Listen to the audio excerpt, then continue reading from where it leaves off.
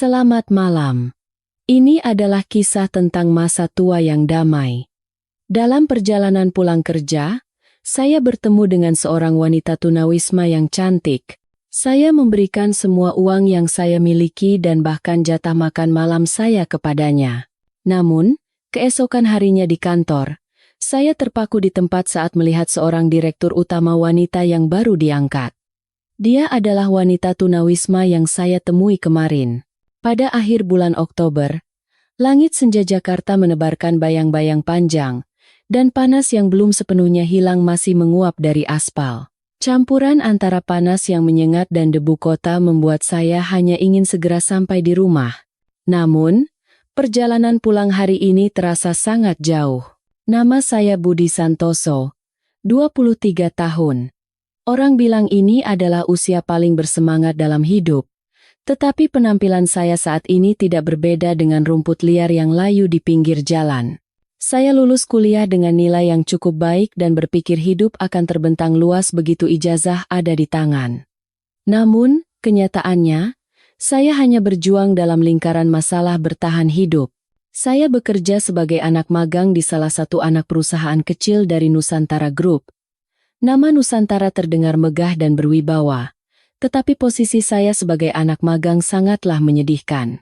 Gaji sebesar 2,5 juta rupiah lebih terasa seperti uang saku daripada gaji. Lebih parahnya lagi, tanggal 10, yang seharusnya menjadi hari gajian, sudah lewat jauh, tetapi tidak ada pesan notifikasi gaji masuk sama sekali. Bunyi keroncongan perut saya terdengar jelas di antara bisingnya klakson lalu lintas. Pagi tadi, saya hanya sarapan sebungkus nasi uduk seharga Rp10.000. Kaki saya gemetar karena lapar dan pandangan saya mulai kabur. Saya memarkir sepeda motor saya di pinggir jalan dan menghitung uang lusuh di dalam dompet saya berulang kali. Selembar 100.000, beberapa lembar 50.000, dan beberapa lembar 20.000-an. Totalnya hanya Rp250.000. Rp250.000. Inilah seluruh harta saya yang tersisa untuk bertahan hidup selama sisa bulan ini. Ibu kos saya sejak kemarin sudah mulai menyinggung soal uang sewa, belum lagi tagihan listrik, air, dan biaya makan. Saya menghela napas panjang dan memasukkan kembali dompet ke dalam saku. Berbeda dengan ringannya dompet yang kosong, hati saya terasa berat seolah digantungi timah. Saat itu, aroma rendang yang menguar dari sebuah warung Padang di pinggir jalan menusuk hidung saya yang lapar dengan kuat. Saya menelan ludah dan berpikir sejenak, lalu akhirnya membuat keputusan besar. Ya, perut harus diisi dulu. Kalau kelaparan, dari mana aku dapat tenaga untuk menghadapi tumpukan dokumen besok di kantor? Saya memarkir motor dan dengan percaya diri memesan sebungkus nasi Padang dengan lauk rendang. Begitu nasi bungkus yang hangat berada di tangan, hati saya terasa sedikit lebih hangat. Ini adalah makan malam mewah seharga Rp40.000. Sekarang, uang yang tersisa hanya Rp210.000. Saya menggantungkan bungkusan nasi itu di motor dan menuju kamar kos saya yang terletak di sebuah gang sempit di pinggiran kota. Setelah beberapa saat berkendara, saya memasuki jalan sepi di dekat sebuah taman. Di bawah cahaya lampu jalan yang redup, di bawah pohon angsana tua, sesosok tubuh yang meringkuk menarik perhatian saya. Itu adalah seorang wanita. Dia memeluk lututnya dan membenamkan wajahnya di lengannya. Rambutnya yang acak-acakan menutupi sebagian besar wajahnya. Pakaian yang dikenakannya kotor oleh debu dan robek di beberapa bagian. Dia tidak tampak berbeda dari para tunawisma yang sering saya lihat di sekitar sini. Namun, dari sosoknya terpancar kesepian yang mendalam dan keputusasaan yang luar biasa. Para pejalan kaki hanya berlalu begitu saja. Tidak ada yang meliriknya. Saya pun sempat melewatinya. Tetapi bayangan bahunya yang rapuh dan bergetar tidak bisa hilang dari pikiran saya. Nasihat orang tua saya, yang selalu mengajarkan untuk menyayangi orang yang kesusahan seperti diri sendiri, bergema kuat di dalam hati. Saya mengurangi kecepatan, dan akhirnya memutar balik motor saya. Saya berhenti beberapa langkah darinya. Saat saya mendekat, saya melihat betapa kurusnya dia, dan kulitnya sangat pucat. Mungkin mendengar suara motor. Dia mengangkat kepalanya. Matanya besar dan hitam, tetapi penuh dengan kesedihan dan kelelahan menatap lurus ke arah saya. Bibirnya yang kering dan pecah-pecah bergerak seolah ingin mengatakan sesuatu, tetapi tidak ada suara yang keluar. "Mbak, tidak apa-apa?" tanya saya. Alih-alih menjawab, dia menatap tajam pada bungkusan nasi Padang yang tergantung di motor saya. Tatapan matanya bukan sekadar keinginan untuk makan. Itu adalah tatapan putus asa dari seseorang yang sudah kehabisan tenaga karena kelaparan. Saya melihat bergantian antara bungkusan nasi dan wanita itu. Nasi bungkus ini adalah makan malam mewah bagi saya, dan uang Rp210.000 di saku saya adalah tali penyelamat hidup saya. Jika saya menolongnya, saya harus menahan lapar. Dan besok saya mungkin tidak akan punya uang sepeser pun. Bagaimana jika motor saya rusak atau terjadi sesuatu yang tidak terduga? Dua pikiran ini berbenturan hebat di kepala saya. Di satu sisi ada perut saya yang lapar.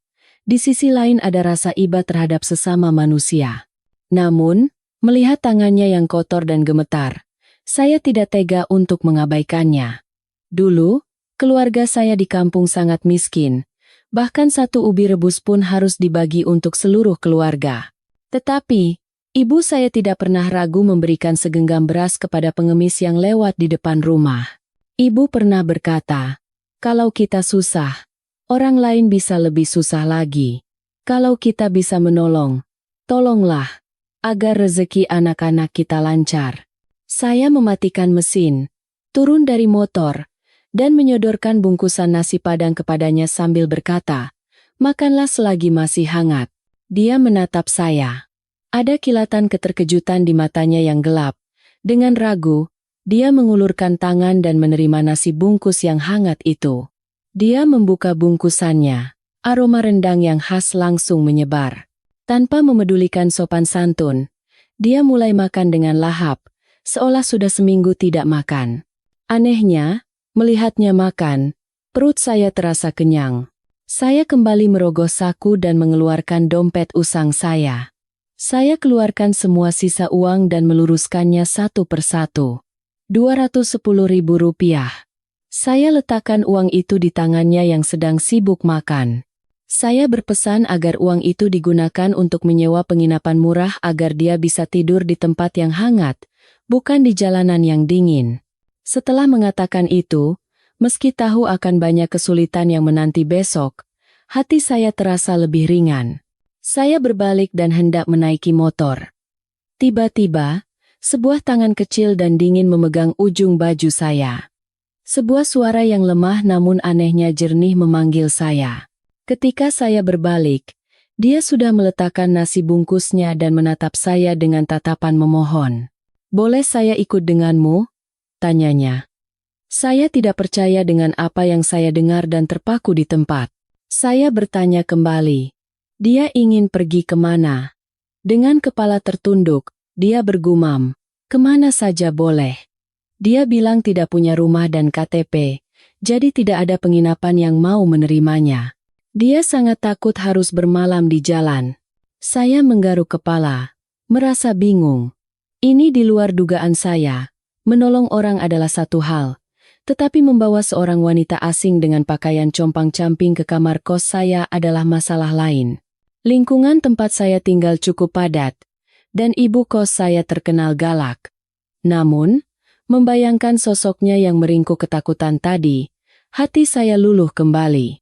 Seorang pria sejati harus menolong sampai tuntas. Bagaimana bisa aku meninggalkan orang di jalanan pada malam seperti ini? Saya berdeham dan setuju, tetapi saya memberinya peringatan. Tempat tinggalku sangat sederhana. Kalau tidak apa-apa, ayo kita pergi. Dia mengangguk tanpa henti, dan matanya berbinar penuh harapan. Dia naik dengan hati-hati ke jok belakang motor tua saya yang berderit. Motor itu membawa dua jiwa yang lelah. Melaju terseok-seok menuju pinggiran kota. Saat memasuki gang menuju kos, jantung saya mulai berdebar kencang. Saya memarkir motor dan memberi isyarat agar dia mengikuti saya dengan langkah pelan tanpa suara. Namun, takdir tidak berpihak pada saya. Tepat setelah kami melewati gerbang besi yang berkarat, suara tajam dan melengking terdengar dari bale-bale di depan halaman. Ibu kos sedang duduk sambil mengipas-ngipas. Matanya yang setajam silet menatap saya, lalu berhenti pada wanita asing yang bersembunyi di belakang saya. "Siapa perempuan itu?" bentaknya. "Jangan bawa perempuan aneh-aneh ke sini, bikin ribut lingkungan. Kalau tidak, saya usir kamu sekarang juga." Keringat dingin mengalir di punggung saya. Saya buru-buru menenangkannya, mengatakan ini hanya salah paham. Saya berbohong bahwa dia adalah sepupu saya yang baru datang dari kampung untuk mencari kerja di pabrik, tetapi tas dan KTP-nya hilang dicopet. Karena tidak punya tempat tujuan, saya hanya akan menampungnya untuk 1 malam. Besok pagi akan langsung saya bawa ke kantor kelurahan untuk mengurus KTP baru, kata saya, sambil berusaha tersenyum memelas dan memohon dengan tatapan mata. Ibu kos menatap wanita itu dari ujung kepala sampai ujung kaki dengan pandangan curiga. Wanita itu menunduk ketakutan. Mungkin karena penampilannya yang kotor tetapi terlihat kasihan, dia tidak tampak seperti wanita penghibur. Ibu kos mendengus. Katanya, karena selama ini saya berkelakuan baik, dia memberikan izin khusus untuk 1 malam saja. Tapi dia mengancam, jika besok ada masalah sedikit pun, kami berdua akan diusir.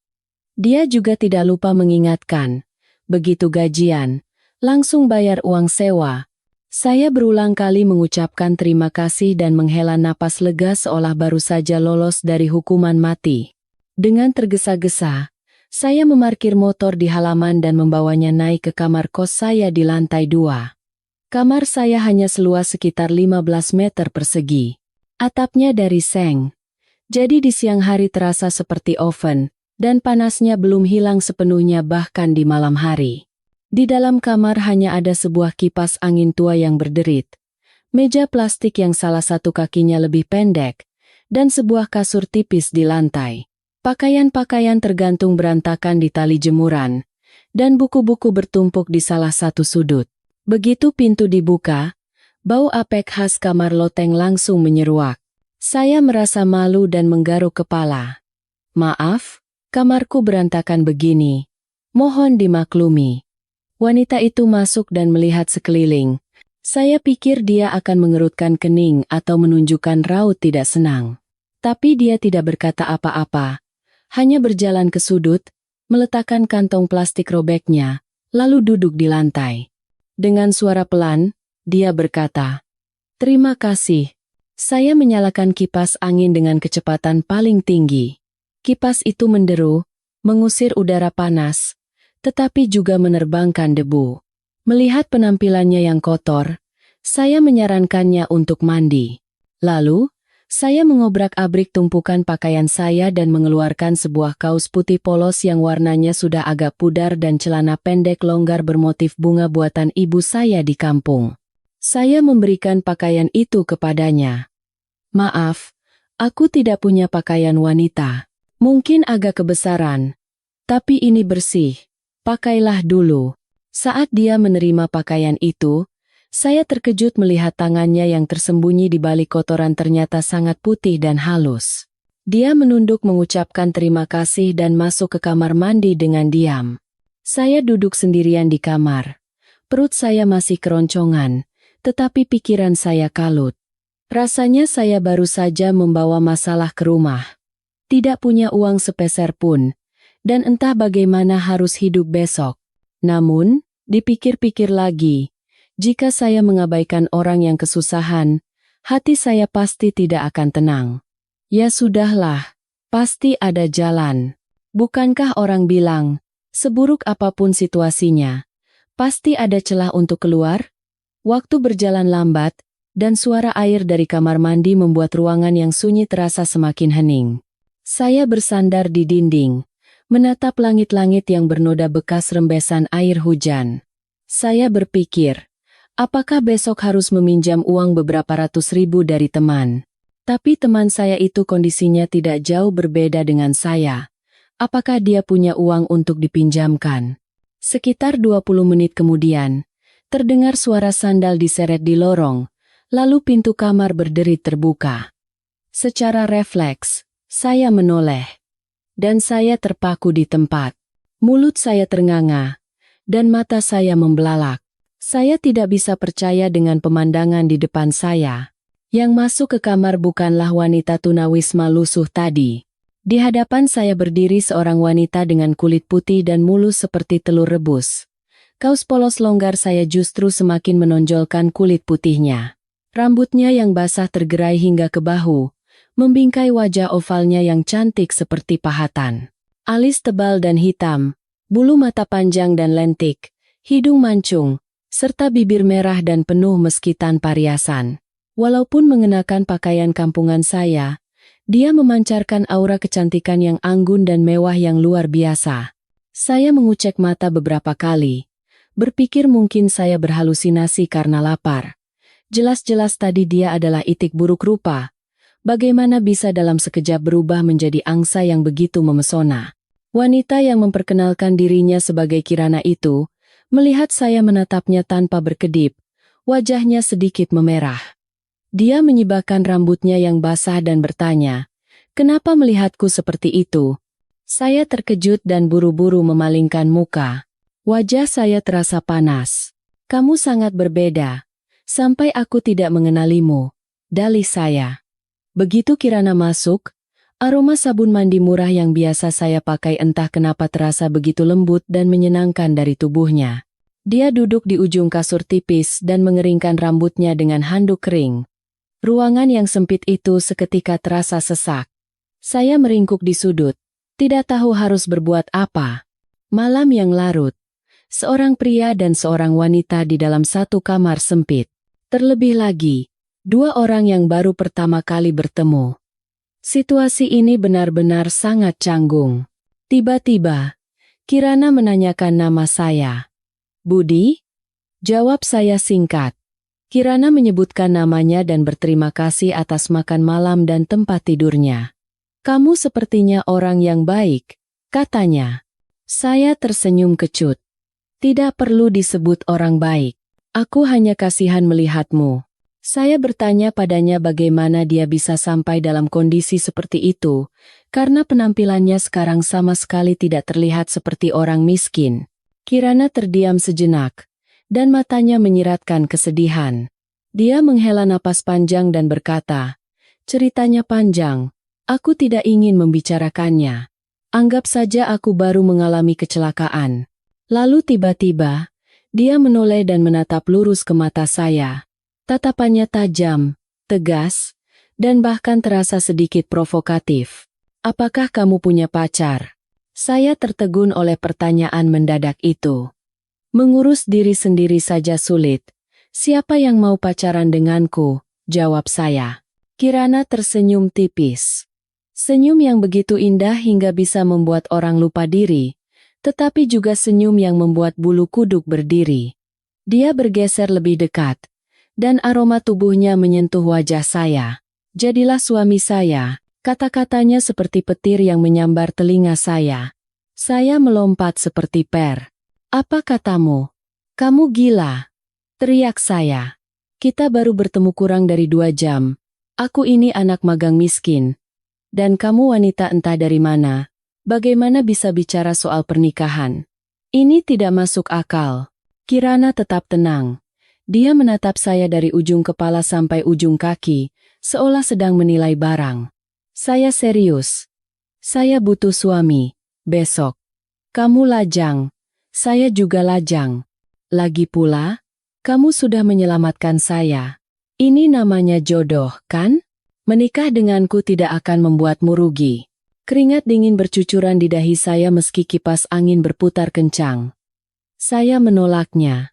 "Pernikahan bukan main-main. Jangan bercanda." Saya bertanya, "Apa kamu hamil dan mencari orang untuk bertanggung jawab?" Kirana tertawa terbahak-bahak. Suara tawanya jernih, tetapi terasa sedikit mengejek. "Pikiranmu terlalu jauh.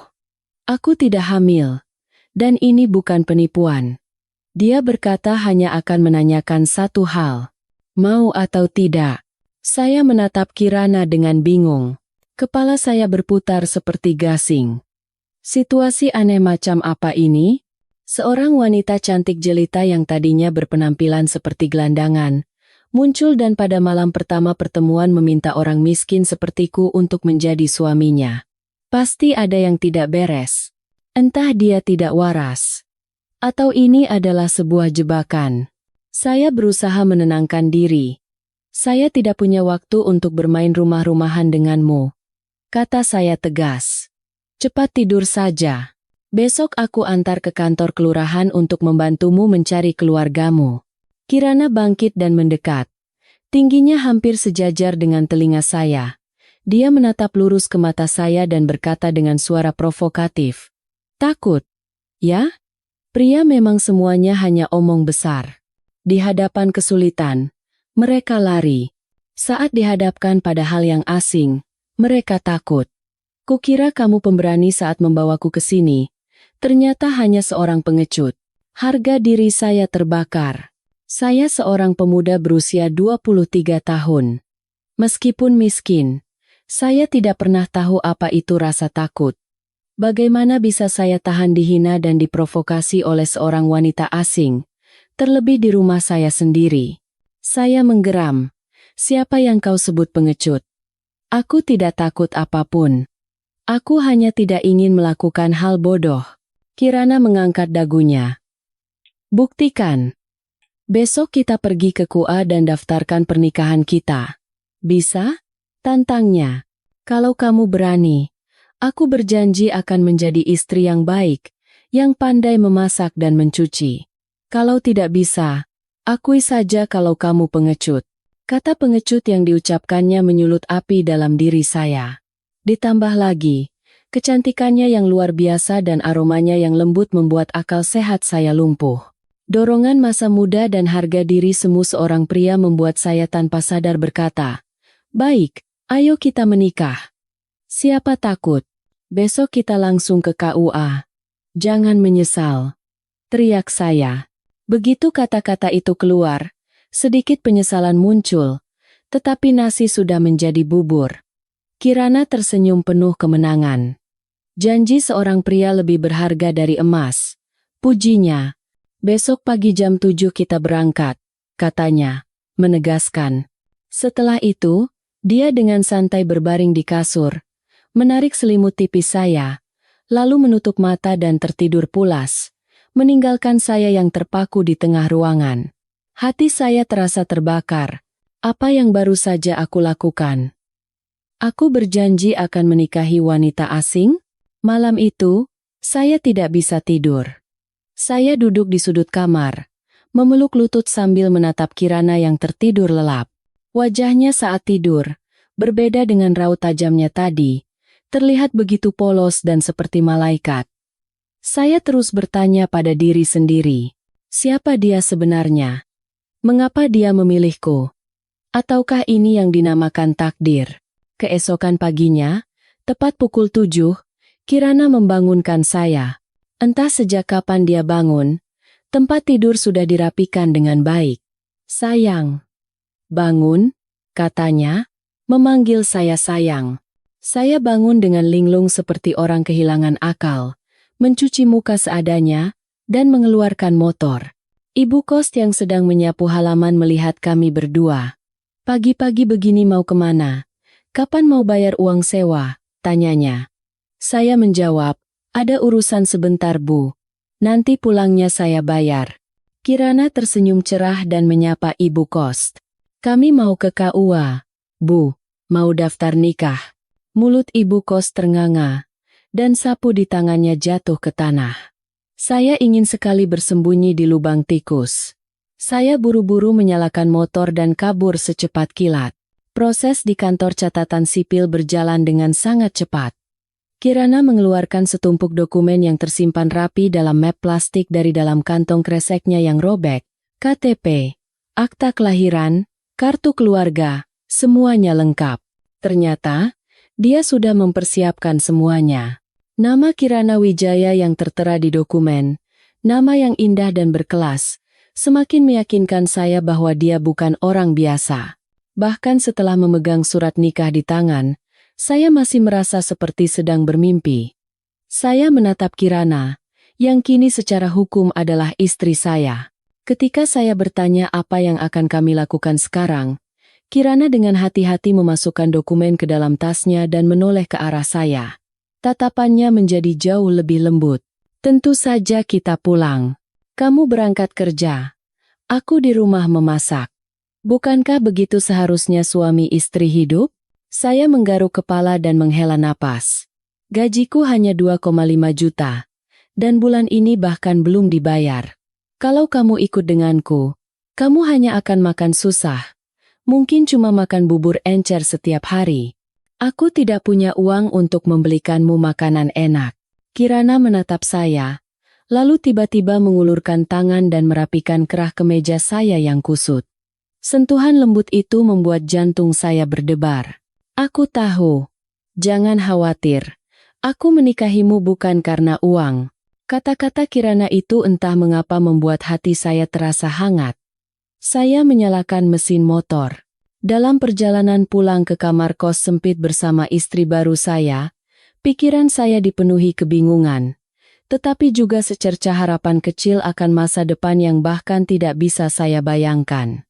Motor tua itu berhenti di depan gerbang kos. Saya dan Kirana masuk ke kamar yang sudah akrab. Tetapi suasananya terasa sangat berbeda hari ini. Kemarin saya masih bujangan. Hari ini saya punya istri. Surat nikah di saku terasa seperti kerikil panas yang mengingatkan saya pada kenyataan yang luar biasa ini. Saya melihat sekeliling kamar seluas 15 meter persegi itu. Perabotannya masih sama-sama menyedihkan dan berantakan. Ranjang kecil menempel di dinding, kipas angin tua, kompor gas portabel yang berkerak minyak. Inikah rumah pengantin baru kami? Saya tertawa getir dalam hati. Kirana meletakkan kantong plastiknya di sudut, menyingsingkan lengan baju, dan mulai membersihkan kamar. Gerakannya cepat. Dalam sekejap, tumpukan buku saya tertata rapi, dan lantai menjadi berkilau. Melihatnya begitu rajin, saya merasa aneh. Dilihat dari nama dan auranya, dia jelas seorang gadis yang dibesarkan dengan baik. Bagaimana bisa dia tidak segan melakukan pekerjaan kasar seperti ini? Malam tiba. Makan malam pertama kami sebagai pengantin baru hanyalah 2 bungkus mie instan yang dimasak dengan beberapa batang kangkung pemberian ibu kos. Kirana sama sekali tidak mengeluh. Dia menyerahkan mangkuk mie panas itu kepada saya dan makan dengan lahap. Setelah makan, suasana di kamar menjadi hening dan berat. Malam semakin larut, hanya suara jangkrik yang terdengar. Di kamar hanya ada satu ranjang yang sangat kecil. Saya melihat bergantian antara ranjang dan Kirana, bingung tidak tahu harus berbuat apa. Malam pertama pernikahan, tidur bersama di ranjang sesempit ini terasa sangat aneh. Apalagi kami adalah orang asing yang baru bertemu kurang dari 24 jam. Kirana sepertinya menyadari kegelisahan saya. Dia duduk di ujung ranjang, hanya memainkan ujung bajunya sambil menatap lantai. Saya berdeham, memutuskan untuk memecah keheningan yang menyesakkan ini. Saya pergi ke sudut kamar dan menggelar sebuah tikar tua yang sudah robek di beberapa bagian. Kamu tidur saja di ranjang. Aku sudah biasa tidur di lantai. Tidak apa-apa. Kirana menatap saya dengan kaget. Kamu kan suamiku. Kenapa tidur di lantai? Saya tersenyum canggung. Dalam pernikahan juga perlu ada rasa hormat. Kamu perempuan, baru datang ke sini, pasti tidak nyaman. Tidurlah yang nyenyak di ranjang. Aku ini laki-laki, tulangku kuat, kulitku tebal, bisa tidur di mana saja, kata saya, lalu merebahkan diri di tikar dengan bantal usang, membelakangi ranjang. Terdengar suara Kirana menghela napas pelan, lalu suara selimut bergesekan. Beberapa saat kemudian, saat saya hampir tertidur, saya mendengar Kirana memanggil saya dengan pelan. Mas Budi, terima kasih. Saya hanya bergumam dari tenggorokan. Cepatlah tidur, besok aku harus kerja. Wajah Kirana tidak terlihat, tetapi saya bisa merasakan ketulusan dari suaranya. Mungkin dia tersentuh oleh sikap sopan saya ini. Sebenarnya, saya bukan orang yang hebat. Saya hanya belum siap tidur seranjang dengan wanita asing. meskipun secara hukum dia adalah istri saya. Lagi pula, saya tidak yakin bisa menahan naluri kelaki-lakian saya di samping wanita secantik bidadari. Malam pertama pernikahan kami berlalu begitu saja. Suami di lantai, istri di ranjang, masing-masing tenggelam dalam pikirannya. Saya tertidur sambil memikirkan bagaimana caranya mencari nafkah besok. Apa yang dipikirkan Kirana? Di malam yang sunyi itu, hanya terdengar napasnya yang teratur. Senin pagi, saya bangun lebih awal untuk bersiap-siap ke kantor. Kirana juga ikut bangun. Dia sudah menyiapkan sarapan. Bubur putih dengan lauk abon. Sarapan yang sederhana, tetapi anehnya terasa sangat hangat. Sebelum berangkat, saya mengeluarkan Rp20.000 terakhir saya dan memberikannya kepada Kirana. Pakai ini untuk beli makan hari ini. Nanti malam aku pulang akan coba pinjam uang dulu, pesan saya. Kirana menatap uang lusuh di tangan saya. Matanya sedikit bergetar. Dia menolak tangan saya. Aku punya uang. Pakai ini untuk beli bensin dan makan siangmu. Saya tetap memaksa meletakkan uang itu di tangannya, lalu berangkat kerja dengan motor. Perasaan saya anehnya bersemangat. Punya seseorang yang menungguku di rumah, yang menyiapkan makananku. Ternyata perasaan yang cukup menyenangkan. Setibanya di kantor, suasananya tidak seperti biasa. Terlihat lebih ramai. Begitu masuk lobi, para karyawati berdandan rapi dan memakai riasan tebal. Para karyawan pria memasukkan kemeja ke dalam celana dan sepatunya mengkilap. Saya menepuk bahu rekan saya, Tono. Ada apa, Ton? Tono berbisik di telinga saya seolah itu adalah berita penting. Hari ini ada direksi dari kantor pusat datang untuk inspeksi. Sekaligus dilantik sebagai wakil direktur utama baru di sini. Kabarnya sih, dia putri dari Pak Dirut, cantik dan sangat kompeten. Dijuluki wanita besi. Saya hanya menganggapnya angin lalu. Siapapun atasan yang datang, bagi karyawan rendahan sepertiku, tugasnya hanya bekerja dalam diam.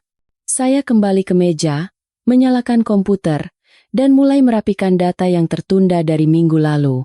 Sekitar pukul 9 pagi, seluruh kantor mulai gaduh. Suara sepatu hak tinggi yang beradu dengan lantai marmer terdengar begitu berwibawa. Manajer HRD berlari tergopoh-gopoh, menyuruh semua orang berdiri untuk menyambut direksi. Saya pun ikut berdiri dengan tergesa-gesa dan menatap ke arah pintu. Sekelompok orang masuk. Di barisan depan, direktur kami berjalan membungkuk di samping seorang wanita. Dan saya terpaku di tempat. Wanita itu mengenakan setelan hitam elegan yang menonjolkan bentuk tubuhnya. Rambut hitamnya disanggul rapi. Wajahnya yang berias tipis memancarkan aura dingin dan angkuh. Di tangannya ada tas tangan bermerek mahal, dan di lehernya melingkar kalung berlian yang berkilauan. Tidak peduli betapa mewahnya pakaiannya, tidak peduli betapa berwibawanya sikapnya, tidak mungkin saya tidak mengenalinya. Mata itu, hidung itu, bibir itu adalah Kirana, istri yang baru saja saya nikahi kemarin. Wanita yang pagi tadi masih mengenakan pakaian usang saya dan memasak bubur di kamar kos yang kumuh. Darah di seluruh tubuh saya terasa membeku. Saya terus mengucek mata, bahkan mencubit lengan saya keras-keras untuk memastikan ini bukan mimpi. Sakit. Ini nyata. Kirana berjalan melewati para karyawan yang membungkuk memberi hormat. Tatapannya sedingin silet, menyapu semua orang. Saat matanya bertemu dengan mata saya, jantung saya terasa seperti diremas. Saya menahan napas, berharap dia akan memberikan isyarat, sekecil apapun.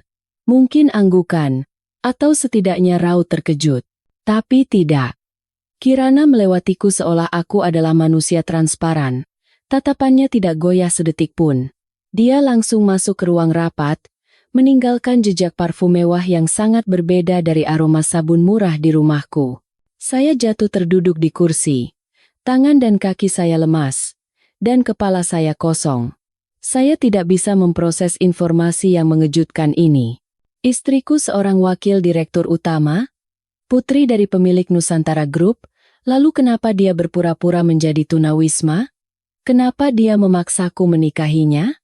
Kenapa dia mau tinggal di kamar kos yang kumuh itu? Ribuan pertanyaan berputar di kepala saya. Saya merasa seperti boneka yang dimainkan seseorang dalam sebuah drama tanpa tahu naskahnya. Perasaan ditipu dan dipermainkan membuat tenggorokan saya tercekat. Seharian itu, saya bekerja seperti orang linglung. Angka-angka menari di depan mata, tetapi tidak ada yang masuk ke kepala. Bayangan Kirana yang melewatiku dengan dingin terus menghantui. Saat jam pulang, ponsel saya bergetar. Sebuah pesan WhatsApp masuk dari nomor tak dikenal. Keluar lewat pintu belakang, masuk ke mobil Alphard hitam. Jangan sampai ada yang lihat. Saya langsung tahu siapa pengirimnya. Setelah ragu sejenak, saya membereskan barang-barang dan keluar lewat pintu belakang. Benar saja. Di sudut terpencil terparkir sebuah sedan mewah hitam mengkilap. Kaca jendela diturunkan setengah, dan di kursi belakang duduk Kirana. Masih dengan setelan kerjanya yang berwibawa, dan kacamata hitam menutupi sebagian wajahnya. Saya membuka pintu mobil dan duduk di sampingnya. Udara di dalam mobil terasa sejuk, kontras dengan panas dan debu di luar, dengan aroma kulit baru yang khas. Kirana melepas kacamata hitamnya dan menoleh ke arah saya.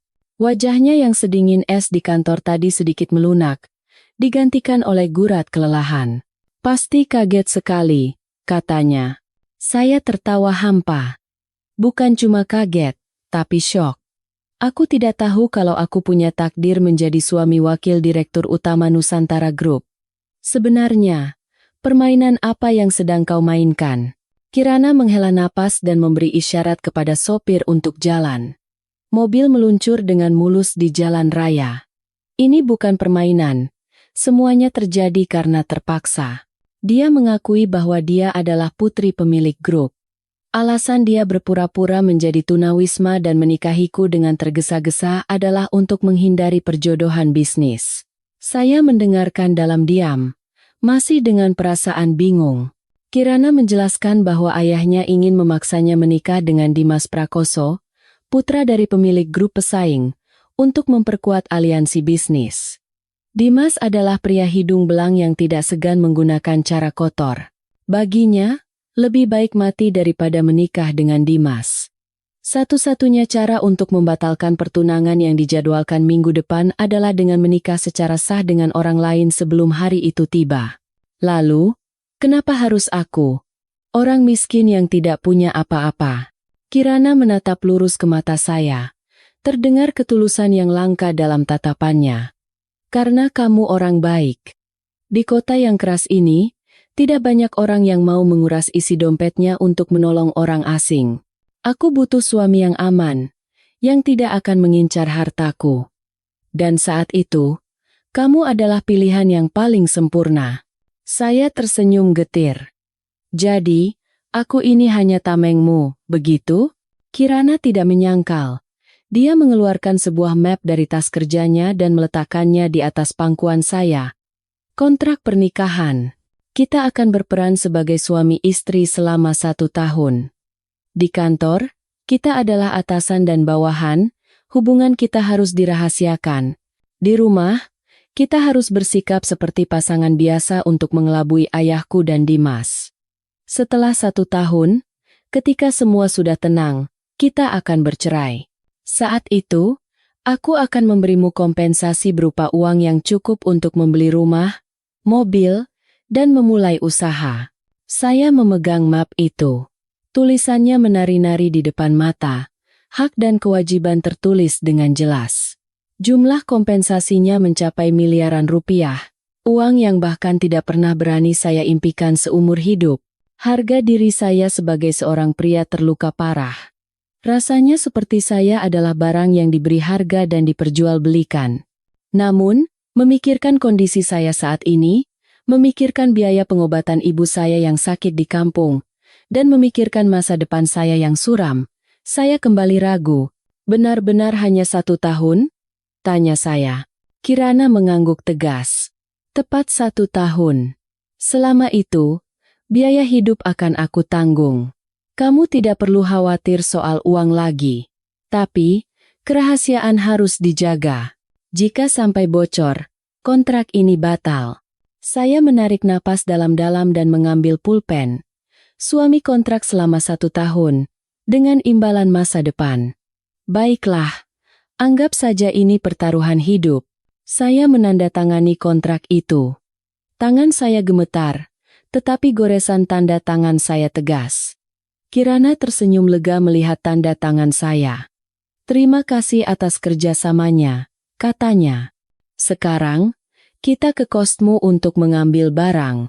Untuk sementara, kita harus tetap tinggal di sana untuk menghindari kecurigaan. Ayahku pasti akan menyuruh orang untuk mengawasi kita, jadi kita harus berakting dengan baik. Saya mengangguk dan menatap keluar jendela mobil. Kota yang bermandikan cahaya gemerlap. Namun hati saya kusut seperti benang ruwet. Hidup saya akan mengalir ke arah yang sama sekali berbeda. Apakah ini berkah atau bencana? Saya tidak tahu.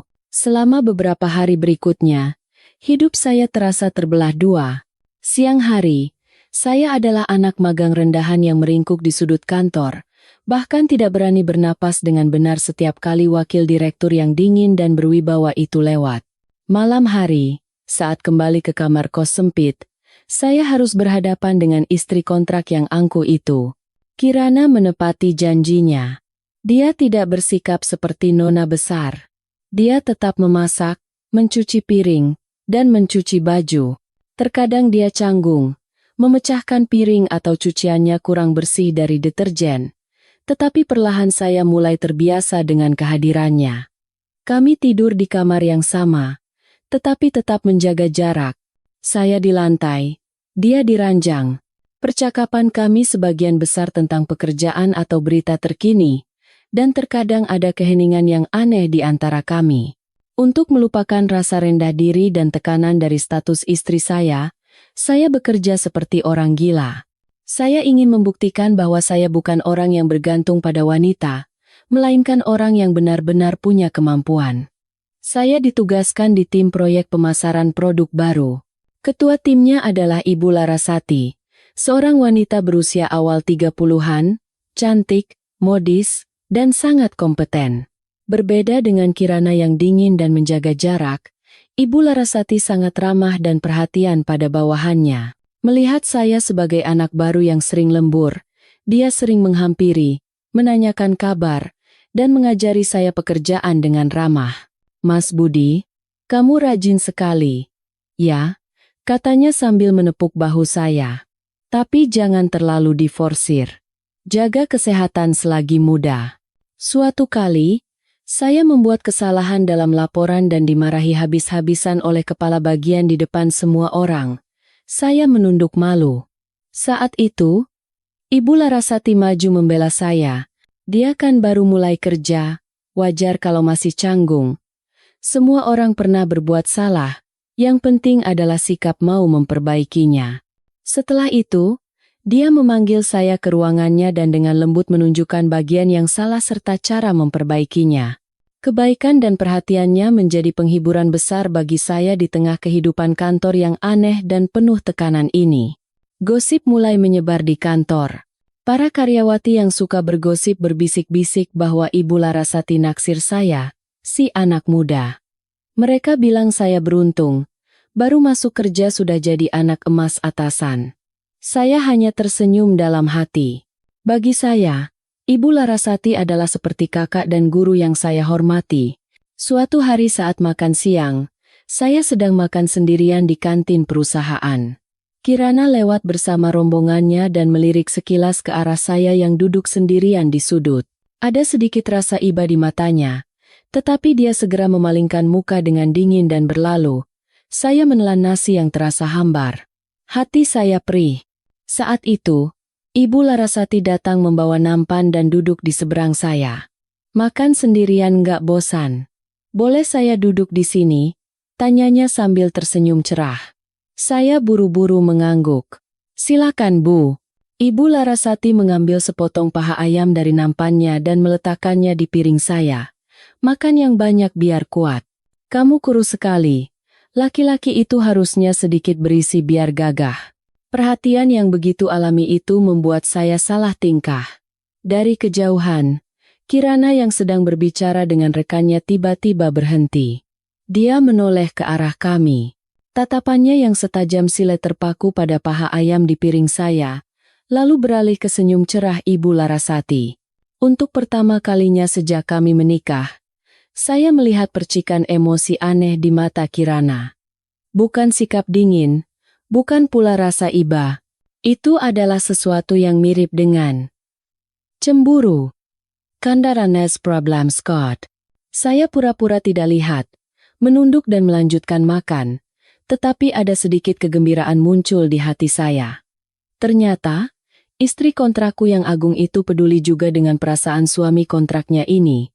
Permainan ini sepertinya semakin menarik. Proyek baru memasuki tahap akhir. Seluruh tim pemasaran bekerja tanpa henti dari pagi hingga larut malam. Tekanan semakin terasa karena rumor beredar bahwa laporan kali ini akan diperiksa langsung oleh wakil direktur utama. Saya ditugaskan mengumpulkan dan menganalisis data pasar kuartal terakhir. Ini adalah tugas krusial yang akan menentukan arah seluruh kampanye. Saya begadang berhari-hari, memeriksa setiap angka dengan teliti untuk menyelesaikan laporan. Namun, saya pusing karena banyak data mentah dari departemen penjualan yang tidak konsisten. Hari presentasi tiba. Ruang rapat besar penuh sesak, dan suasananya tegang seperti senar gitar yang akan putus. Kirana duduk di kursi pimpinan, dengan wajah sedingin es mengetuk-ngetuk meja dengan pulpennya. Giliran saya tiba, saya menarik napas dalam-dalam, berusaha tenang, dan naik ke podium. Semuanya tampak berjalan lancar. Sampai saya mempresentasikan slide tentang pangsa pasar. Tiba-tiba, seorang direktur dari departemen penjualan berdiri dan memotong ucapan saya. Dia berteriak, mempertanyakan mengapa data saya sangat berbeda dengan laporan internal mereka. Dia menuduh saya bekerja secara tidak bertanggung jawab dan memanipulasi data agar laporan terlihat bagus. Saya terpaku di podium, keringat dingin mengalir deras. Saya mencoba menjelaskan bahwa saya hanya bekerja berdasarkan data yang diberikan, tetapi dia membantah argumen saya dengan bukti-bukti yang terdengar sangat meyakinkan. Seluruh ruang rapat mulai berbisik. Tatapan curiga dan cemoohan tertuju pada saya. Ibu Larasati yang duduk di bawah tampak gelisah, tetapi tidak bisa berbuat apa-apa karena ini di luar wewenangnya. Saya merasa seperti terdakwa yang menunggu vonis. Karier saya mungkin akan berakhir di sini. Dengan secercah harapan, saya menatap ke arah Kirana, tetapi dia masih duduk diam tanpa ekspresi. Tepat saat direktur penjualan itu menuntut agar saya diberi sanksi, Kirana mengangkat tangannya. Ruang rapat menjadi sunyi senyap. Kirana perlahan bangkit dan berjalan ke depan layar. Dia melirik tabel data saya, lalu menoleh ke arah direktur itu. Suaranya terdengar tajam dan sekeras baja. Data dari Pak Budi ini sangat akurat. Yang bermasalah justru laporan dari departemen penjualan. Wajah direktur itu memucat. Dia mencoba membantah, tetapi Kirana tidak memberinya kesempatan. Dia membuka laptop pribadinya, menyambungkannya ke layar besar, dan menampilkan serangkaian grafik yang telah dia analisis sendiri selama setahun terakhir. Dia dengan jelas menunjukkan kesalahan dalam metode perhitungan departemen penjualan, membuktikan bahwa mereka menggunakan metode usang yang tidak mencerminkan fluktuasi pasar bulan lalu. Sebaliknya, data saya, meskipun mentah, secara akurat mencerminkan realitas saat ini. Kita butuh orang yang bekerja berdasarkan kenyataan, bukan laporan yang bagus tapi kosong, pungkas Kirana dengan tegas. Pak Budi telah menjalankan tugasnya dengan sangat baik. Seluruh ruang rapat bergumam kagum. Direktur penjualan itu menunduk dan kembali ke tempat duduknya, tidak bisa berkata apa-apa lagi. Saya berdiri di sana, dengan jantung berdebar kencang, menatap Kirana dengan penuh rasa terima kasih dan kekaguman. Dia tidak hanya menyelamatkan saya dari kekalahan telak, tetapi juga membuktikan kepemimpinannya yang luar biasa. Setelah rapat selesai, Kirana melewatiku. Dia tidak berkata apa-apa, hanya mengangguk sangat ringan. Tetapi bagi saya, Anggukan itu lebih berharga dari 1000 pujian. Saya sadar, di balik penampilan sedingin esnya, istri kontrakku diam-diam mengawasiku dan melindungiku dengan caranya sendiri. Setelah insiden penyelamatan di kantor, hubungan saya dan Kirana mengalami sedikit perubahan positif. Waktu makan malam di kamar kos tidak lagi terasa canggung.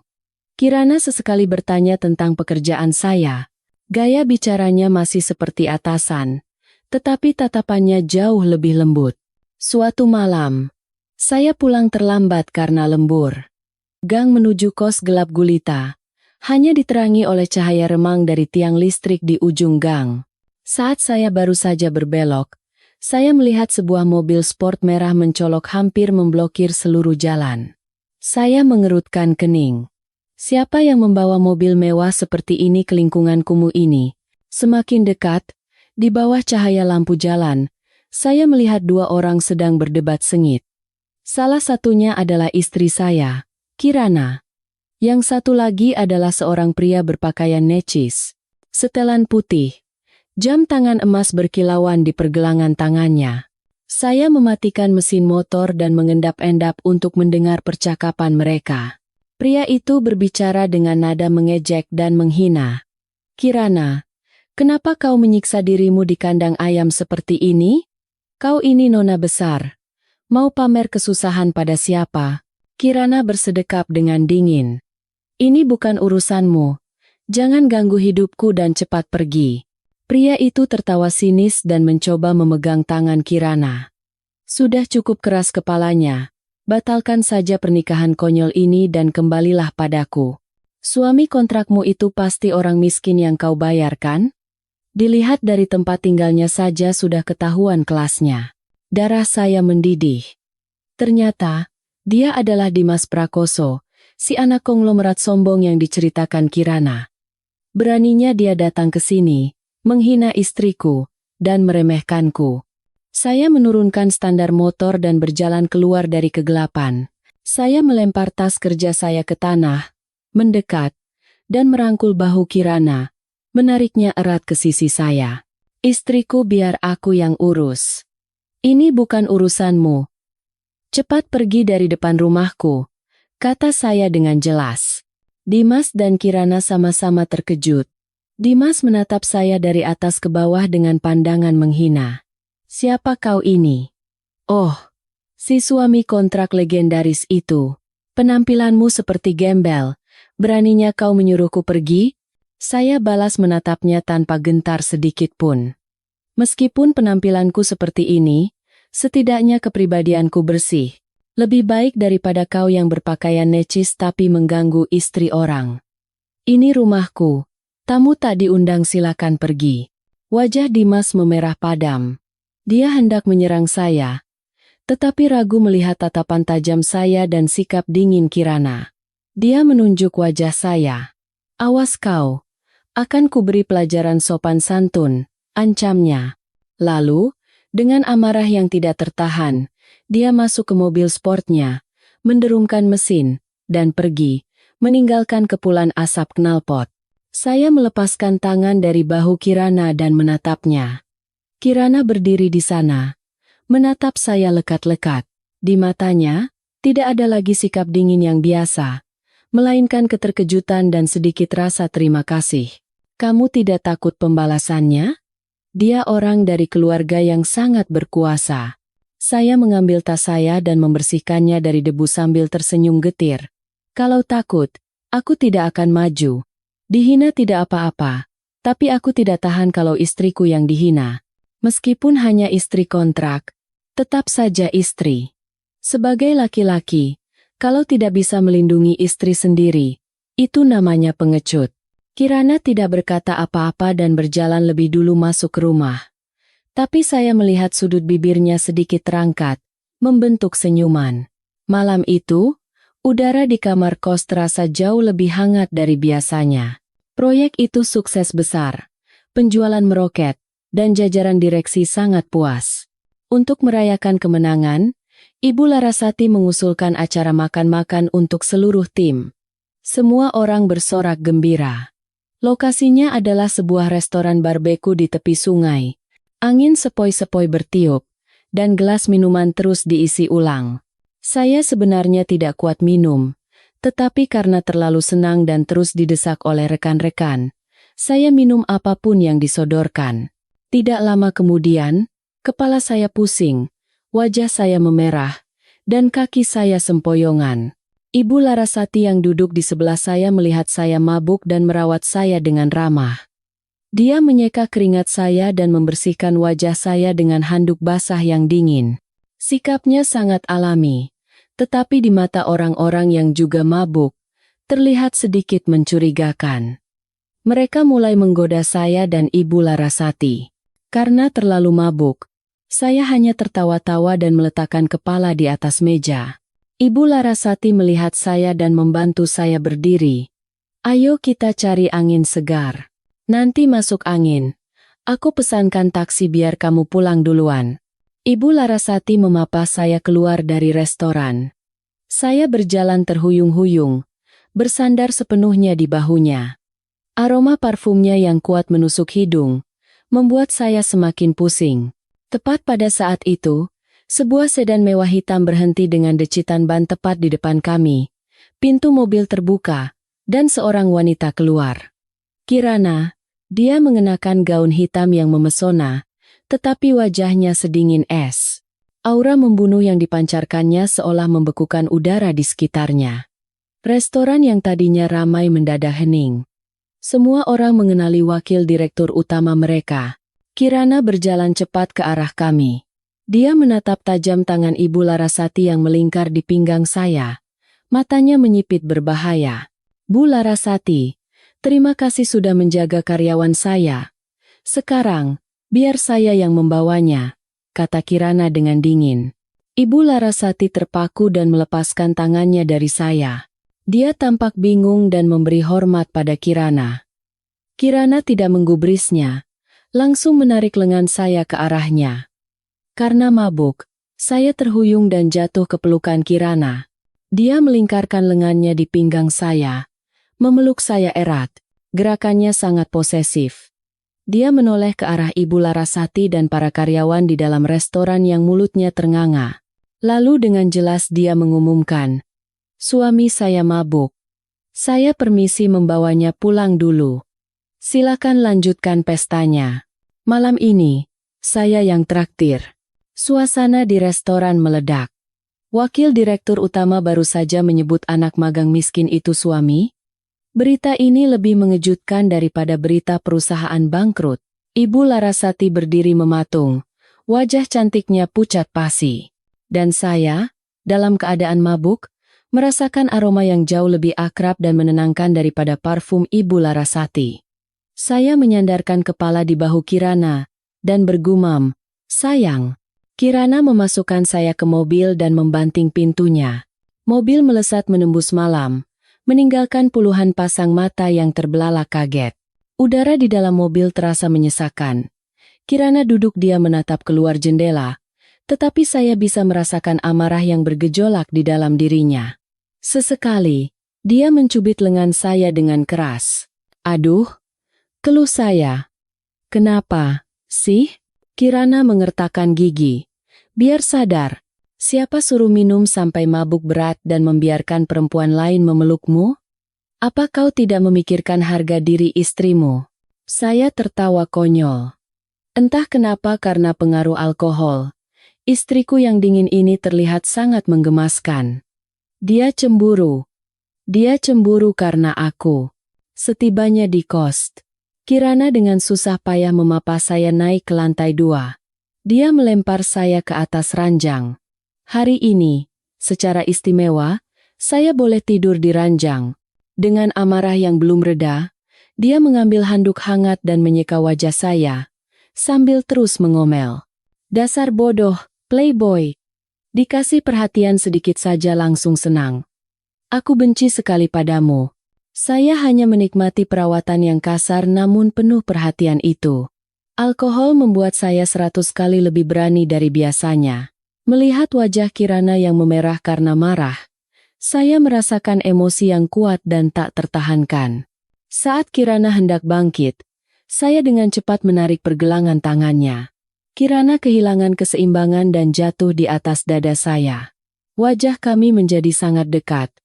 Napas kami yang hangat bercampur. Kirana panik dan mencoba melepaskan diri, tetapi saya memeluknya erat dengan kedua tangan. Saya menatap matanya lekat-lekat dan berkata dengan suara serak namun penuh kesungguhan, "Kirana, aku tidak mabuk. Aku tahu semuanya. Kamu cemburu kan?" Wajah Kirana memerah. Dia memalingkan muka. "Siapa yang cemburu karenamu? Lepaskan aku." Saya tidak melepaskannya, malah memeluknya lebih erat. "Aku benar-benar mencintaimu. Bukan karena kamu wakil direktur, bukan juga karena uangmu. Aku mencintaimu sejak saat kau makan nasi padangku dengan lahap. Aku ingin merobek kontrak sialan ini. Aku ingin menjadi suamimu yang sesungguhnya." Kirana terdiam. Dia berhenti meronta dan menatap saya. Matanya berkaca-kaca. "Apa kau serius? Orang-orang akan menghinamu, mengatakan kau menikahiku karena uang. Apa kau tidak takut?" tanyanya. Saya tersenyum dan menggeleng. "Aku tidak peduli. Yang penting aku tahu aku mencintai istriku. Percayalah padaku." Sebagai jawaban, Kirana menangis. Air matanya yang hangat jatuh di pipi saya. Dia membenamkan wajahnya di dada saya dan mengangguk pelan. Malam itu, di kamar kos yang miskin, dua hati menemukan satu detak yang sama. Tidak ada lagi kontrak, tidak ada lagi penghalang status. Yang ada hanyalah cinta yang tulus dan membara. Kami menjadi suami istri sejati dalam arti yang paling sakral. Setelah malam yang menentukan itu, hidup kami memasuki babak baru. Kontrak pernikahan telah saya robek menjadi serpihan dan dibuang ke tempat sampah. Tidak ada lagi batasan antara majikan dan bawahan, si kaya dan si miskin. Yang ada hanyalah Budi dan Kirana, sepasang pengantin baru yang saling jatuh cinta.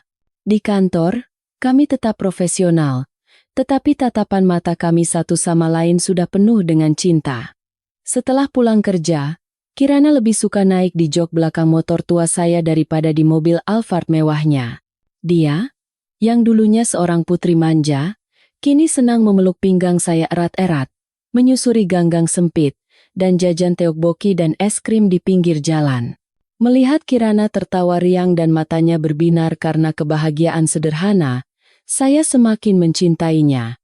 Saya berjanji pada diri sendiri untuk bekerja 5-10 kali lebih keras agar menjadi pria yang pantas untuk cinta ini, untuk memberinya kehidupan yang layak tanpa bergantung pada keluarganya.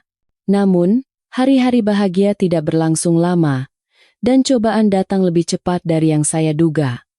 Dimas Prakoso, yang gagal mendapatkan Kirana, tidak bisa menahan amarahnya. Dia memulai balas dendam yang keji. Grup perusahaan keluarganya adalah pesaing langsung Nusantara Group. Dimas menggunakan koneksi dan uangnya untuk terus mengganggu proyek-proyek yang ditangani Kirana. Awalnya adalah rumor jahat tentang kualitas konstruksi yang dikelola perusahaan Kirana. Media gosip terus memberitakan dugaan kecurangan kontraktor. Harga saham Nusantara Group mulai anjlok. Kemudian, para subkontraktor tiba-tiba serempak membatalkan kontrak atau menuntut harga material yang tidak masuk akal. Proyek-proyek terhenti, dan para pekerja mulai resah. Kirana sibuk kesana kemari untuk menyelesaikan masalah. Wajahnya semakin hari semakin tirus karena khawatir. Melihat istriku menderita, hatiku terasa seperti diiris pisau. Saya tahu semua ini adalah ulah Dimas. Dia ingin menyudutkan Kirana dan membuktikan betapa bodohnya pilihan Kirana untuk meninggalkannya. Suatu malam, Kirana pulang ke kos dengan wajah lesu. Dia menjatuhkan diri di kursi tanpa berkata apa-apa. Saya membuatkannya segelas jus jeruk dan bertanya dengan cemas. "Ada apa? Masalah serius?" Kirana menatap saya, matanya memerah. Bank memberitahu akan menghentikan pencairan dana pinjaman untuk proyek inti kita. Alasannya karena mereka menerima laporan anonim bahwa perusahaan kita memanipulasi laporan keuangan. Tanpa dana, proyek akan berhenti total, dan perusahaan harus membayar denda miliaran rupiah. Kalau itu terjadi, bukan hanya aku, tapi ayahku juga akan terkena imbas yang parah. Saya memegang tangannya erat. Tenang.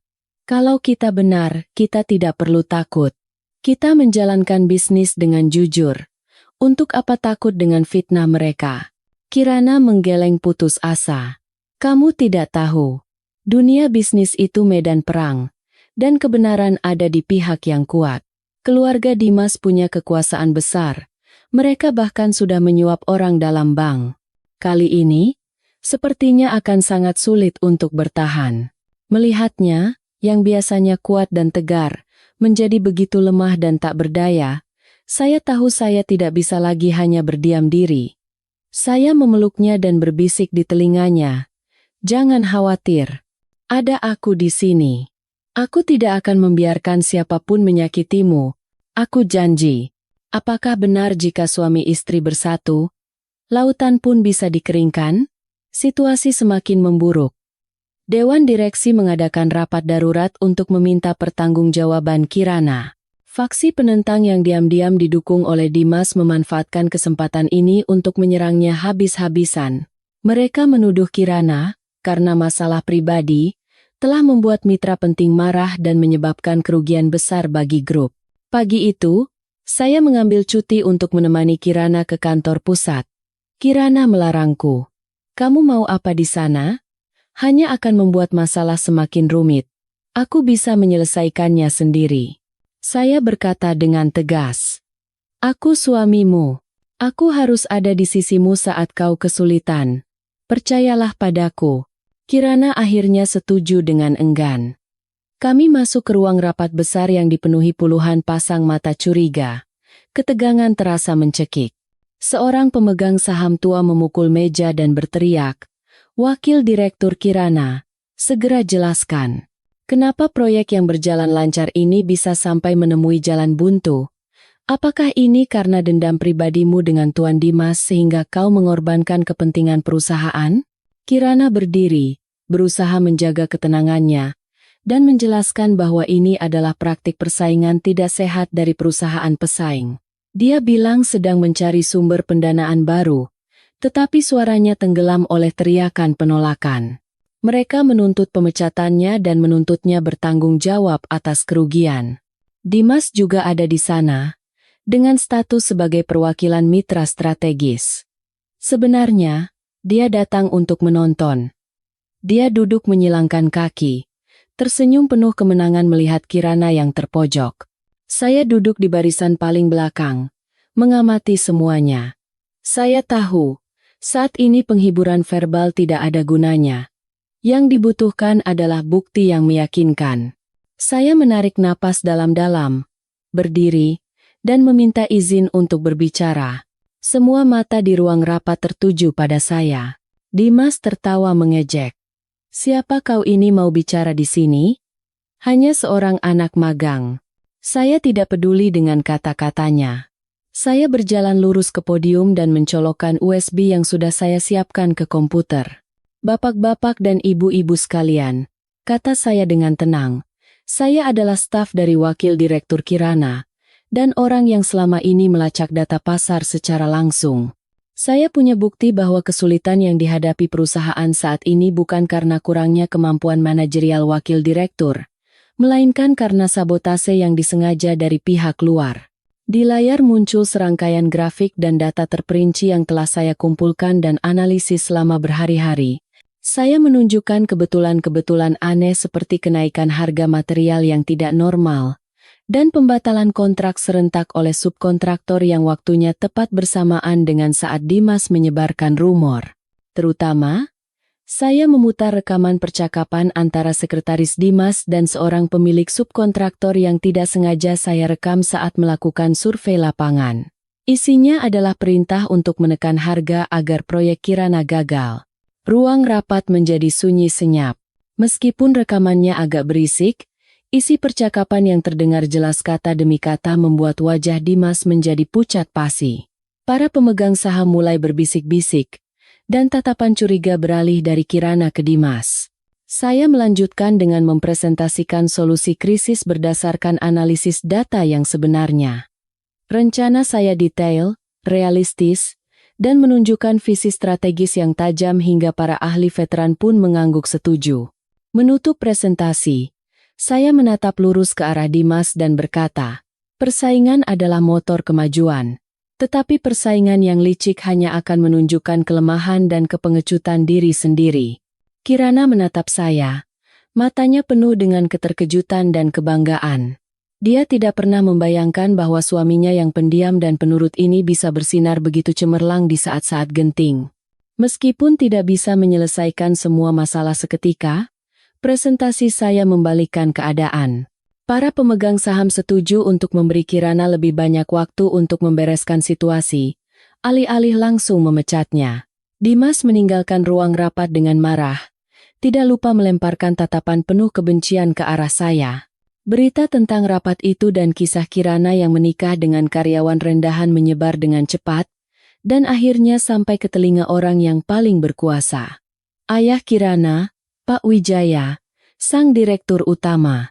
Dia sedang menjalani perawatan di luar negeri, tetapi begitu mendengar kabar buruk, dia segera pulang.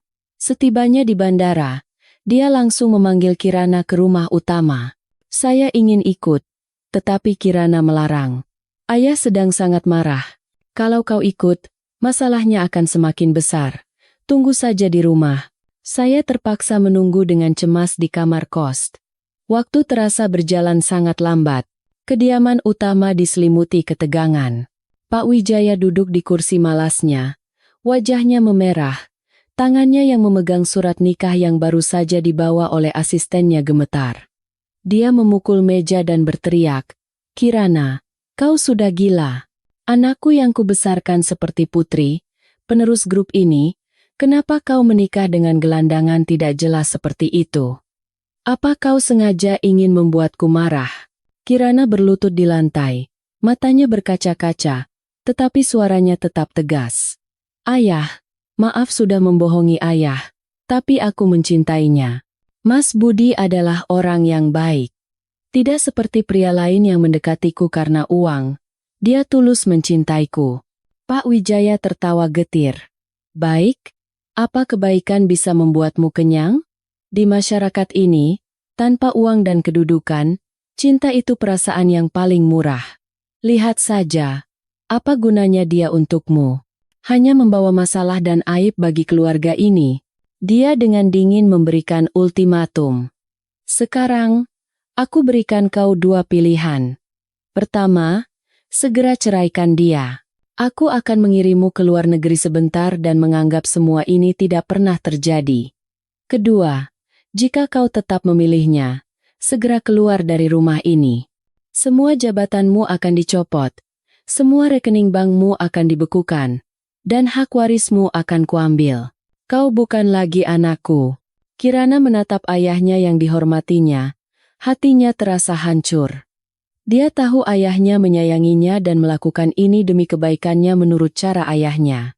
Tetapi dia juga tahu, jika dia meninggalkan Budi sekarang, dia akan menyesal seumur hidup. Dia teringat bubur yang dimasak Budi, tikar tempat Budi tidur, dan sosok Budi yang gagah berani di depan dewan direksi. Kirana menyeka air matanya dan perlahan berdiri. Dia melepaskan jam tangan berliannya, kunci mobil, dan kartu-kartu kreditnya di atas meja. Maaf ayah, aku memilih Mas Budi. Aku bisa kehilangan semua harta. Tapi aku tidak bisa kehilangan satu-satunya orang yang rela berkorban segalanya untukku. Saya permisi. Pak Wijaya terdiam melihat putrinya. Dia tidak pernah membayangkan putrinya yang penurut berani menentangnya, dan rela melepaskan kekayaan yang begitu besar hanya demi seorang pria miskin. Dia berteriak marah, pergi. Pergi dari hadapanku sekarang juga. Jangan pernah kau berani menunjukkan wajahmu lagi di rumah ini. Kirana membungkuk untuk terakhir kalinya kepada ayahnya, lalu berbalik dan berjalan pergi, meninggalkan kehidupan mewahnya, berjalan dengan tangan kosong menuju kegelapan. Kirana kembali ke kamar kos tengah malam. Tidak ada mobil mewah, tidak ada pakaian bermerek, hanya pakaian yang melekat di badan dan mata yang bengkak. Melihat Kirana kembali, saya berlari menyambutnya. Dari penampilannya, Saya langsung tahu apa yang terjadi. Saya tidak bertanya apa-apa, hanya memeluknya erat. Kirana bersandar di bahu saya dan menangis tersedu-sedu. Sayang, aku sudah kehilangan segalanya. Aku dipecat dari perusahaan, diusir dari rumah. Sekarang aku hanya punya kamu. Saya mengelus kepalanya dan menenangkannya dengan lembut. Bodoh, kan ada aku. Kalau ada aku, berarti kau punya segalanya. Uang bisa dicari lagi, yang penting kita bersama. Aku akan menafkahimu. Sejak hari itu, Kirana secara resmi tinggal di kamar kos saya yang seluas 15 meter persegi. Kehidupan seorang nona yang biasa dilayani para pembantu kini benar-benar terbalik. Beberapa hari pertama sangat sulit. Kirana tidak terbiasa dengan pekerjaan dapur. Suatu kali, saat mencoba memasak sayur asem, dia memasukkan gula bukannya garam, membuat masakannya manis dan tidak bisa dimakan. Kali lain, saat menggunakan kompor portabel, rambutnya hampir terbakar. Mencuci baju dengan tangan membuat tangannya yang halus melepuh. Tetapi yang membuat saya kagum adalah Kirana tidak pernah mengeluh sekalipun. Dia belajar dengan diam-diam, mengamati ibu kos dan tetangga untuk belajar pekerjaan rumah tangga. Dia mulai pergi ke pasar, menawar harga seikat sayur atau seekor ikan. Dia mulai menghitung bagaimana mengatur pengeluaran dengan gaji saya yang pas-pasan. Melihat istriku berjuang, tekadku semakin kuat. Selain pekerjaan utama di kantor, saya mengambil segala macam pekerjaan sampingan yang bisa dilakukan malam hari. Mulai dari menjadi kurir ojek online, proyek coding lepas, hingga menjadi joki tugas mahasiswa. Setiap malam saya bekerja sampai jam 2 atau 3 pagi. Jika saya begadang, Kirana juga tidak tidur. Dia duduk di samping saya, mengipasi saya atau membuatkan kopi agar saya tidak mengantuk. Meskipun lelah, kamar kos kami yang kecil selalu dipenuhi tawa. Kami menemukan kebahagiaan dari hal-hal yang paling sederhana. Memasak makan malam yang lezat bersama, menonton film di laptop tua, atau hanya berbaring berdampingan mendengarkan suara hujan di atap seng sudah cukup membuat kami bahagia. Langit membantu mereka yang berusaha. Usaha keras saya akhirnya membuahkan hasil. Berkat kinerja saya yang luar biasa dalam menyelamatkan proyek. Meskipun Kirana pergi, saya dipertahankan di perusahaan. Saya lulus masa magang dengan nilai sempurna. Pada hari penandatanganan kontrak sebagai karyawan tetap, saya menerima dokumen itu dengan tangan gemetar. Gaji awal 30 juta sebulan, bonus terpisah. Bagi kalangan atas, ini bukan uang besar. Tetapi bagi kami saat ini adalah seluruh harta kami. Sebuah pertolongan yang datang tepat waktu. Saya berlari pulang seperti orang gila untuk memberitahu Kirana. Kami berpelukan dan melompat-lompat kegirangan. Kirana menangis bahagia. Aku sudah tahu. Aku tahu suamiku orang yang hebat. Malam itu, untuk merayakannya, kami makan besar di warung sate. Di bawah cahaya lampu warung, melihat senyum cerah Kirana, saya berjanji dalam hati. Ini baru permulaan. Aku tidak akan membiarkan istriku terus menderita.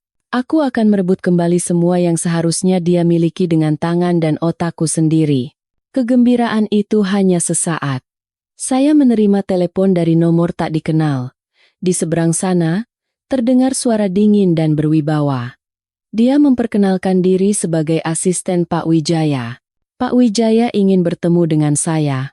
Tempat pertemuannya adalah kafe paling mewah di pusat kota. Harga secangkir kopinya setara dengan upah saya sehari. Saya mengenakan kemeja terbersih saya, menarik napas dalam-dalam, menenangkan diri, dan masuk. Pak Wijaya duduk di sudut. Auranya yang berwibawa membuat orang merasa terintimidasi. Dia bahkan tidak menyuruh saya duduk, hanya melempar sebuah amplop tebal ke atas meja. Di dalam ini ada uang 1 miliar rupiah. Ambil ini dan segera menghilang dari kehidupan putriku. Jangan buat aku mengatakannya 2 kali, katanya dengan dingin. Saya melihat bergantian antara amplop uang dan mata Pak Wijaya. Dengan uang ini, hidup saya bisa berubah. Saya bisa membeli rumah di kampung dan hidup berkecukupan. Tetapi, harga diri sebagai seorang pria dan cinta saya pada Kirana tidak membiarkan saya melakukannya. Saya mendorong amplop itu kembali ke arahnya. Maaf Pak, saya tidak bisa menerimanya. Saya tulus mencintai Kirana, dan Kirana juga begitu. Cinta kami bukan barang yang bisa dibeli dengan uang. Pak Wijaya tertawa menghina. Jangan bersandiwara suci di depanku. Kau mendekati putriku juga pasti karena harta ini, kan?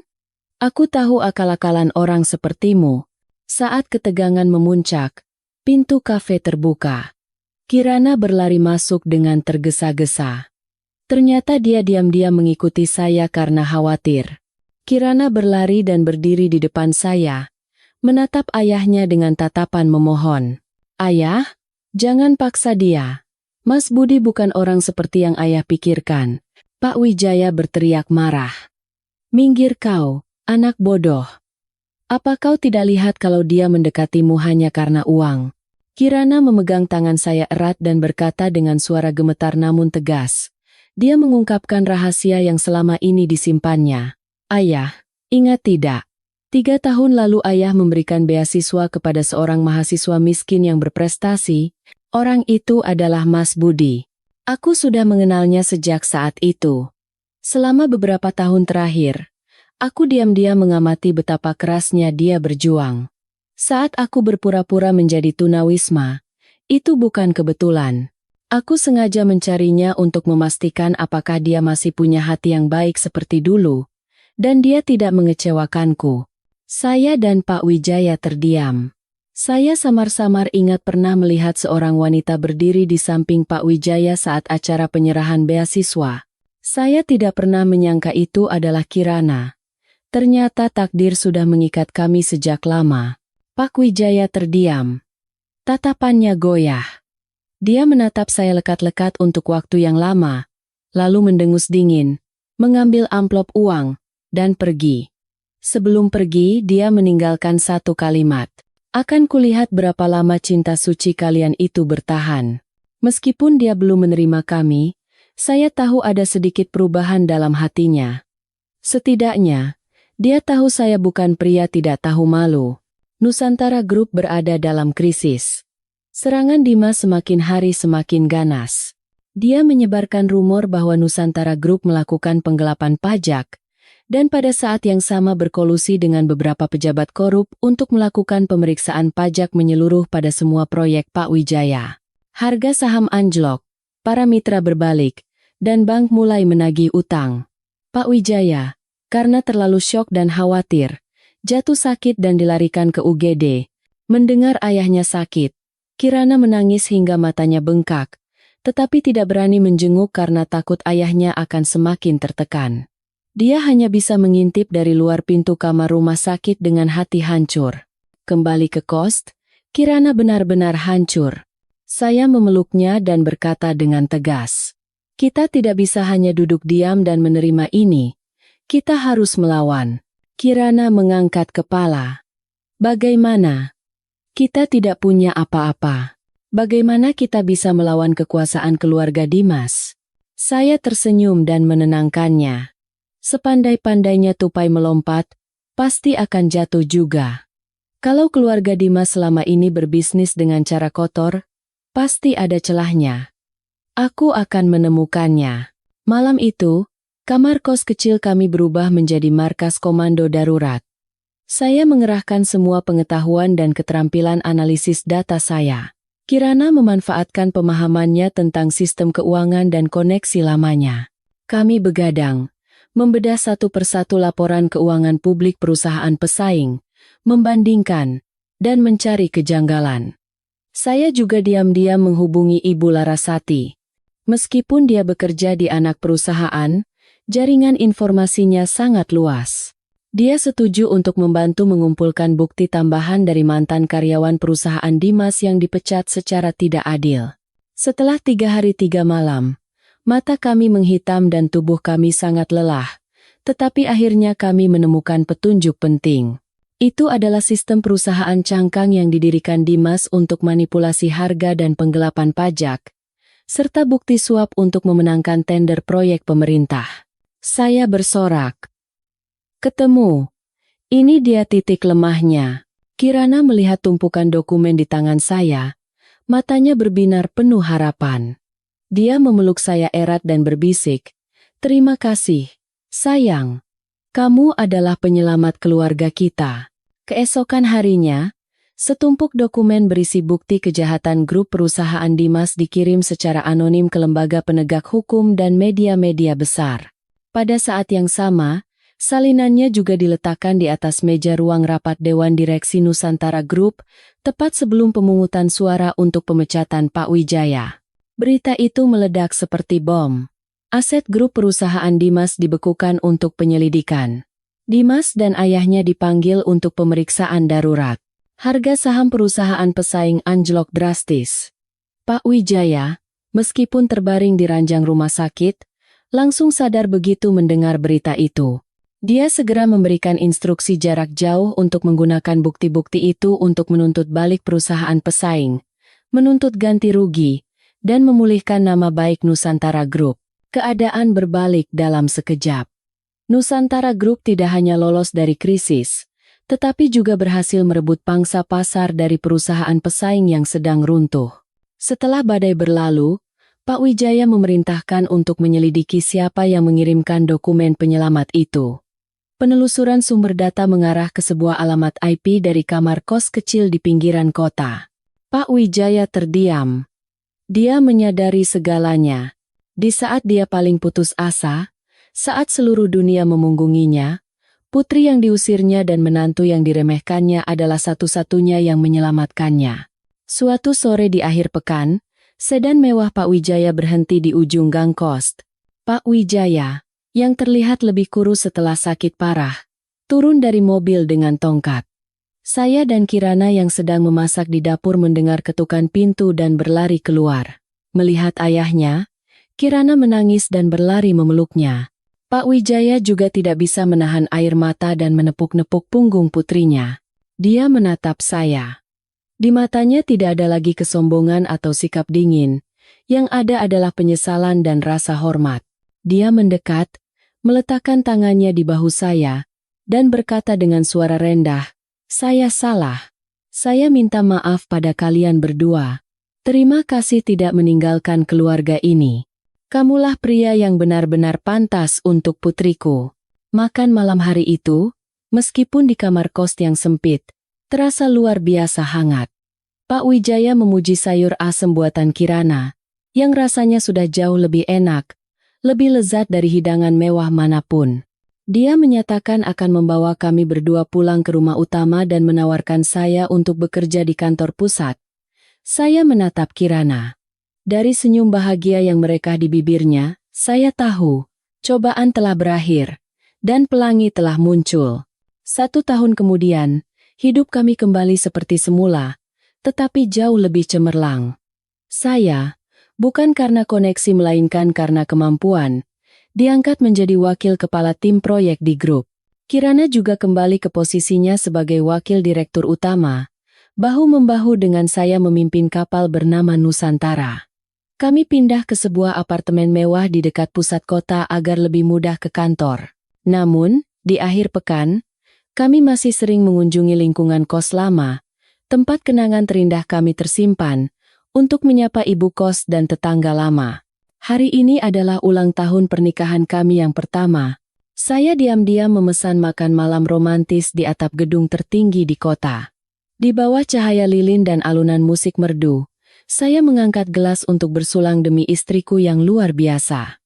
Kirana tersenyum penuh arti, lalu mengeluarkan sebuah kotak kecil dari tasnya dan memberikannya kepada saya. Dengan hati berdebar, saya membukanya. Isinya bukan jam tangan atau dasi, melainkan sebuah alat tes kehamilan dengan 2 garis yang jelas dan foto USG bayi yang sangat kecil. Saya terpaku selama beberapa detik, lalu berteriak kegirangan. Saya mengangkat Kirana dan memutarnya, sambil berteriak ke langit malam yang berangin. Aku akan jadi ayah. 9 bulan 10 hari kemudian, putri kami, Mentari, lahir di tengah restu seluruh keluarga. Pak Wijaya, yang kini menjadi kakek, Sangat menyayangi cucunya hingga seolah tidak mau melepaskannya dari gendongan sepanjang hari. Kediaman yang luas dan megah itu kini selalu dipenuhi tawa bayi. Saya berdiri di samping ranjang bayi, menatap putriku yang tertidur pulas. Tangan mungilnya menggenggam jari saya erat-erat. Di sampingku, istriku yang bijaksana, Kirana, menatap kami dengan mata penuh cinta. Saya teringat sore yang menentukan itu. Nasi padang bungkus dan uang Rp250.000 terakhir di saku. Jika hari itu saya berbalik dan pergi, kebahagiaan sempurna seperti hari ini mungkin tidak akan pernah saya dapatkan. Kebaikan terkadang hanyalah sebuah pilihan sesaat, tetapi itu bisa mengubah seluruh hidup seseorang. Dan bagiku, istri yang kupungut di pinggir jalan itu adalah keberuntungan terbesar dalam hidupku. Takdir terindah yang diberikan kehidupan kepadaku.